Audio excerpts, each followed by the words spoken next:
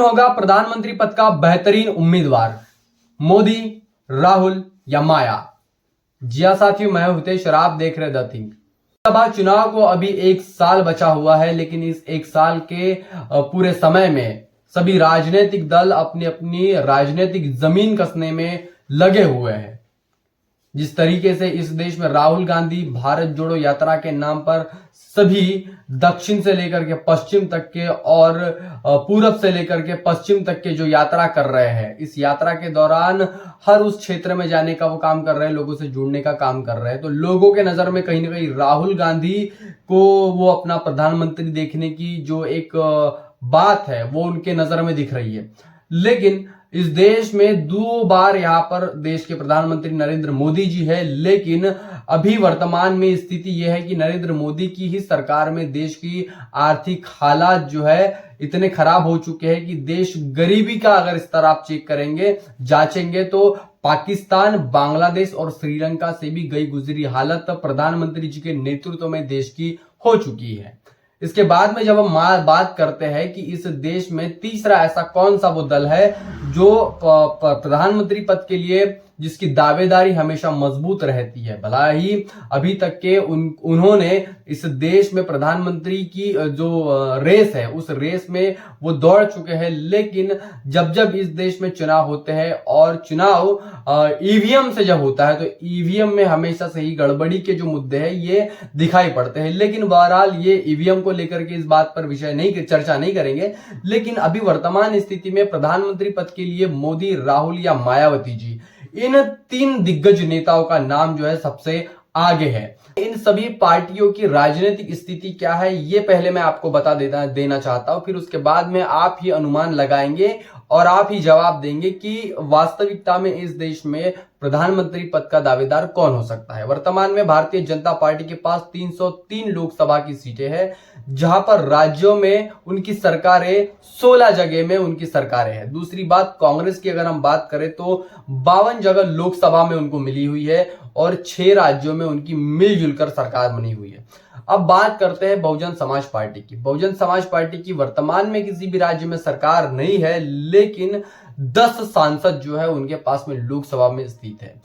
ये देखिए कि इतनी कम संख्या होने के बावजूद भी अगर बहन जी का नाम, मायावती जी का नाम प्रधानमंत्री पद के लिए आता है या फिर उस दावेदारी के लिए आता है, तो सोच सकते हैं कि तीसरे सबसे बड़ी जो नेता है देश की, जो सबसे बड़ा राजनीतिक दल जो खुद यहां पर चलाने का काम करती है, उनकी स्थिति आज इन बड़े बड़े नेताओं के लगभग है। मतलब उन नेताओं से भी बहन जी का कद कहीं ना कहीं छोटा नहीं है, उनके स्तर का ही है। तो आप समझ सकते हैं कि और भी अन्य दल है जिनके पास में प्रधानमंत्री पद के लिए वो अपनी दावेदारी रखते हैं। मान के चलिए कि अगर तृणमूल कांग्रेस की हम बात करें तो उनके पास में भी लोकसभा में 20 से 25 सीटें हैं, उनकी अपने राज्य में सरकार है। उत्तर प्रदेश को छोड़ करके अगर हम दिल्ली और पंजाब की बात करें तो इन दोनों राज्यों में अरविंद केजरीवाल की सरकार है, आम आदमी पार्टी की सरकार है। और उनके कई नेता जो है आम आदमी पार्टी के जो नेता है वो खुद अरविंद केजरीवाल को मुख्यमंत्री का अभी उन्होंने काम उनका देखा, वो खुद उनको प्रधानमंत्री बनाने की सोच रहे हैं। लेकिन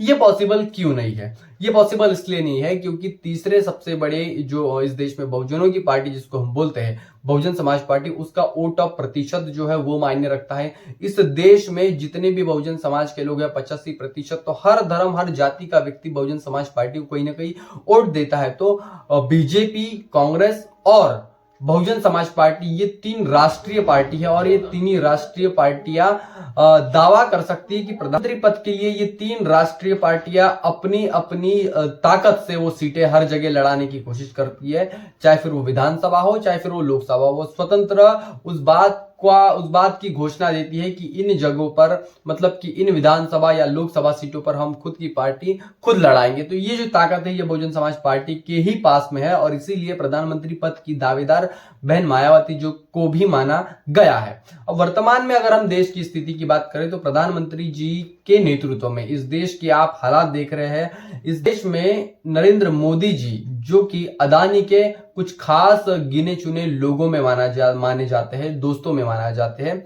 उनकी लोकप्रियता जो है अदानी जी इनके साथ में जब से वो जुड़ चुके हैं तो जितने बड़े बड़े कॉन्ट्रैक्ट जो है अदानी जी ने साइन किए हैं ये नरेंद्र मोदी जी की कृपा से साइन हुए हैं। तो कहीं ना कहीं अदानी जी के लिए खुद नरेंद्र मोदी जी काम कर रहे हैं। और अगर आप देश की जीडीपी देखेंगे, अगर आप देश के आर्थिक हालात देखेंगे, बेरोजगारी देखेंगे, भूखमरी के आंकड़े देखेंगे, शिक्षा नीति का स्तर देखेंगे, तो ये केवल ठप पड़ा हुआ है। आपको याद होगा कि जब इस देश में 2016 के दौरान नोटबंदी का फैसला लिया गया, नोटबंदी के फैसले के दौरान बहुत से गरीब लोग बैंकों की लाइन में लगे। क्या कभी अदानी जी को आपने लाइन में लगते हुए देखा? क्या किसी बड़े कॉरपोरेट घराने के व्यक्ति को आपने लाइन में लगते देखा? जी बिल्कुल नहीं, क्योंकि इनका काला धन जो है उन्हीं के बैंकों में वहीं पर वो वाइट हो गया और गरीब जो है वो लाइन में लगे। तो इस देश में ऐसे भी आर्थिक स्थिति के फैसले लिए गए जो इस देश की इकोनॉमी को गर्त में लेकर जाने वाले थे। और इस देश में तभी से जब से 2016 में ये फैसला लिया गया तो लोगों को पता चला कि इस देश के जो फैसले हैं ये नरेंद्र मोदी जी की सरकार कहीं ना कहीं इन विषयों की स्टडी नहीं करते हुए, इन विषयों की गहनता को नहीं समझते हुए कहीं ना कहीं ऐसे बड़े बड़े फैसले लेती है जिनके परिणाम पूरे देश को भुगतने पड़ रहे हैं और भुगतते आ रहे हैं। और इसलिए नेतृत्व जो है प्रधानमंत्री जी का बहुत अच्छा है, ये दुनिया अगर बोलती है, लेकिन काम करने का तरीका कैसा है ये आपको और हमको पता है। और इसीलिए अभी आने वाले समय में शायद ही देश की जनता नरेंद्र मोदी जी को प्रधानमंत्री पद के रूप में या फिर प्रधानमंत्री के लिए उनको नहीं पसंद करना चाहेगी। राहुल गांधी इस देश में बड़ा नेतृत्व संभालने की कोशिश कर रहे हैं, लेकिन नेतृत्व कौशल उनके पास में है या नहीं ये तो 2024 के चुनाव में ही पता चलेगा। लेकिन बहन मायावती जी ने जब इस देश में उत्तर प्रदेश में 4-4 बार सरकार चलाई है, 4-4 बार वहां पर उत्तर प्रदेश का शासन संभाला है। अगर भारत का सबसे बड़ा राज्य उत्तर प्रदेश है जिसको 4 टुकड़ों में अगर बांट दिया जाए तो 4 बड़े राज्य बन सकते हैं। मतलब कि एक छोटा भारत बहन जी ने खुद जब संभाला है तो किस तरीके से उत्तर प्रदेश के हर उस नागरिक को मान सम्मान मिला, रोजगार मिला, घर मिला, स्कूल मिली, स्वास्थ्य मिला, शिक्षा मिली। ये तमाम जो चीजें हैं जो एक बेहतरीन शासक के रूप में, बेहतरीन मुख्यमंत्री के रूप में बहन जी ने देने का काम किया। और इसीलिए उनके कार्यकाल को पूरे उत्तर प्रदेश में ही नहीं तो पूरे देश में याद किया जाता है। और तमाम जितने भी राजनीतिक दल है, चाहे फिर वो क्षेत्रीय दल हो और फिर इस देश के बड़े ही दल क्यों ना हो, चाहे फिर वो कांग्रेस और भारतीय जनता पार्टी, ये भी बहन जी को अपने प्रधानमंत्री पद का कॉम्पिटिटर मानते हैं, लेकिन मीडिया इनको कभी दिखाने की कोशिश नहीं करती है।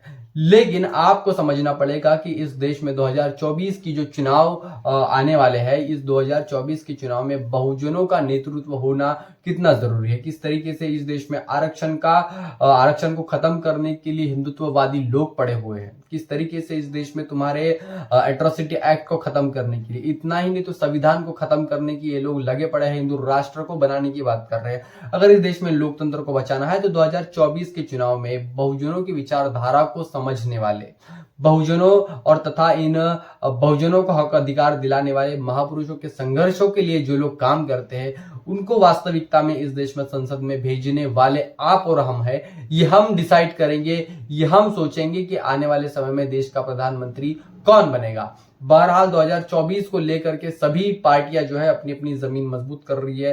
बहन मायावती जी भी अपने जनता से जुड़ने के लिए जो है दिशा निर्देश लोगों को दे रही है। गांव चलो अभियान भी बहन जी के द्वारा चलाया जा रहा है और तमाम जगहों पर बहुजन समाज पार्टी जमीनी स्तर पर काम कर रही है। तो आने वाले समय में बहन जी भी प्रधानमंत्री पद की बेहतरीन दावेदार हो सकती है, बेहतरीन उम्मीदवार हो सकती है, ऐसा मानना तमाम राजनीतिक दलों के प्रमुख नेताओं का भी है।